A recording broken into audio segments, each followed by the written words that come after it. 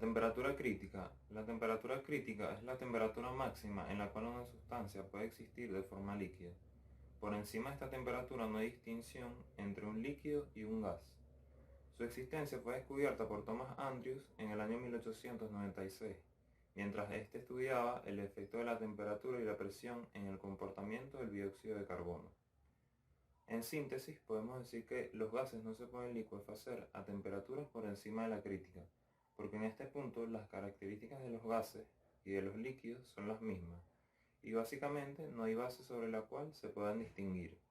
A este concepto se le añade otro concepto llamado presión crítica, que es básicamente la presión de vapor de un líquido a temperatura crítica. La importancia a escala industrial.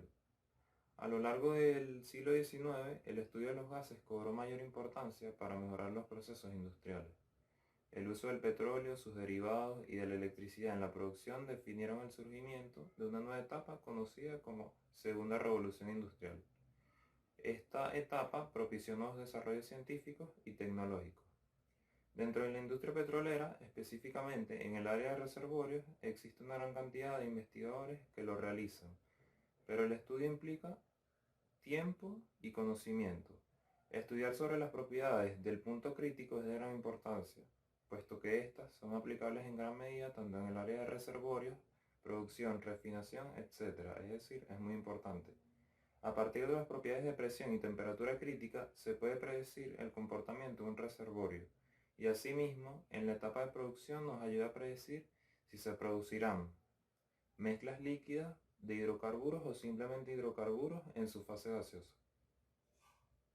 Voy a explicar mi punto, que es la tensión superficial. La tensión superficial se define en física como la fuerza o la energía necesaria para aumentar la superficie de un líquido. La importancia de la tensión superficial radica en que no es nada más eso, sino que la tensión superficial se puede utilizar como una forma de medir la cohesión que hay entre las moléculas de un líquido, siendo así la cohesión la capacidad de atracción que hay entre las moléculas de lo mismo. Es una forma de decir, por ejemplo, lo que sería la dureza del líquido como tal, de la capa superficial del líquido, al intentar penetrar hacia adentro del líquido. Esto tiene importancia debido a que es la clave para entender fenómenos como la capilaridad y tiene distintos usos y aplicaciones en lo que viene siendo la industria farmacéutica, la soldadura automovilística y distintos procesos biológicos, me parece. La relación de la tensión superficial con la naturaleza de los líquidos. Bueno, como ya dije, de forma química se le puede ver a la tensión superficial como nada más y nada menos que la cohesión que hay entre las moléculas de los líquidos. Dicho de esta manera, es simplemente, como ya expliqué, se puede utilizar como un estándar para saber cuál es la dureza de los líquidos, por así decirlo, o la dureza de la capa superficial de los mismos. La cantidad de fuerza necesaria para penetrar en estos, por así decirlo. Gracias. Buenos días, mi nombre es Natalia Gil y hoy les voy a estar hablando sobre cuáles son las propiedades de los fluidos. Los fluidos son aquellos estados de la materia en los que se presenta una atracción débil entre sus partículas. Por eso no cambian de forma sin que se presente una fuerza interior que intente restituir su forma original, como sí ocurre en el caso de los sólidos deformables. Otra propiedad importante de los fluidos es la viscosidad, la cual se puede clasificar en tres partes. La primera es los fluidos newtonianos o de viscosidad constante.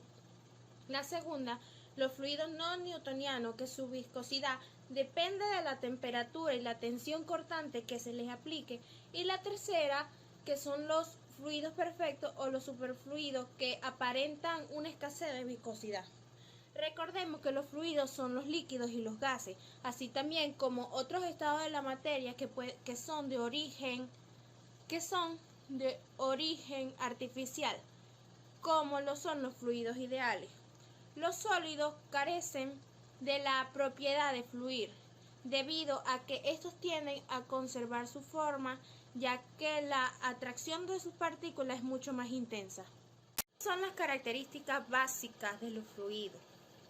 Los fluidos tienen características físicas elementales, los cuales los definen y diferencian de otras formas de la materia, tales como son la deformabilidad infinita, ya que sus moléculas no acotan un orden y no tienen un equilibrio.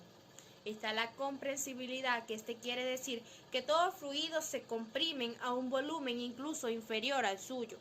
Sin embargo, aquí los gases son mucho más comprimibles que los líquidos. Está la viscosidad, que se le llama así cuando los fluidos tienden a ser un poco más viscosos y esto enlentece su movimiento pero no lo detiene, y es más común en los líquidos. Y la ausencia de memoria de forma, es decir, que los fluidos adquieren la forma de cualquier recipiente que los contenga. Las propiedades termodinámicas de los fluidos, también llamadas propiedades primarias, son aquellas que tienen que ver con la energía en los fluidos. Entre ellas está la presión, la densidad, la temperatura, la energía interna, la fuerza de cohesión, calor específico, peso específico, entalpía y la entropía. Las propiedades de comportamiento específico. Estas propiedades también son llamadas propiedades secundarias y tienen que ver mucho con el comportamiento físico de los fluidos. Entre ellos está la viscosidad, el coeficiente de difusión, la conductividad térmica, la tensión superficial y la capilaridad. Buenos días, mi nombre es Edgar Guaita y mi punto a tratar son los fenómenos capilares. Los fenómenos capilares se le dice a toda aquella elevación que tiene un líquido dentro de un tubo capilar y se encuentran de tres tipos.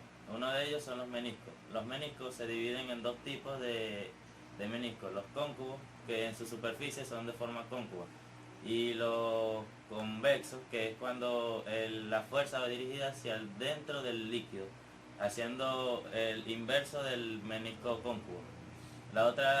El otro punto sería la ley de Yorin. La ley de Yorin se encarga de medir la altura del líquido dentro de un tubo capilar y es proporcional a la tensión superficial del líquido e inversa a la densidad del líquido y al radio del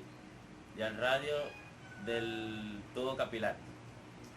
La ley de Ponsonby. La ley de Ponsonby se encarga de medir la densidad y temperatura del líquido en un tubo laminal, como por ejemplo un termómetro. ¿Cómo podemos relacionar esta propiedad con la naturaleza de los líquidos?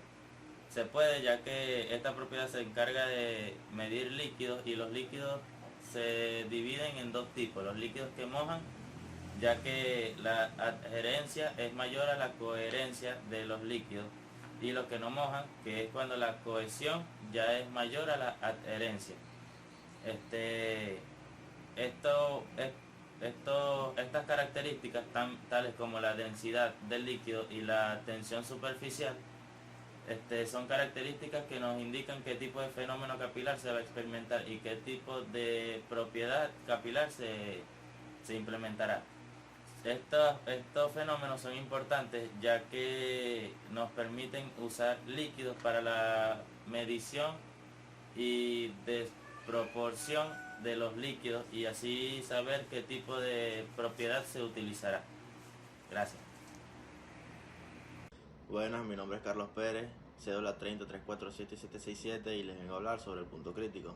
El punto crítico es un fluido crítico en cualquier sustancia a una presión o temperatura determinada, conocidas como el punto crítico. El punto crítico es la temperatura más alta a la que el líquido y el gas pueden coexistir y corresponde a una temperatura diferente para cada sustancia. El equilibrio líquido-vapor.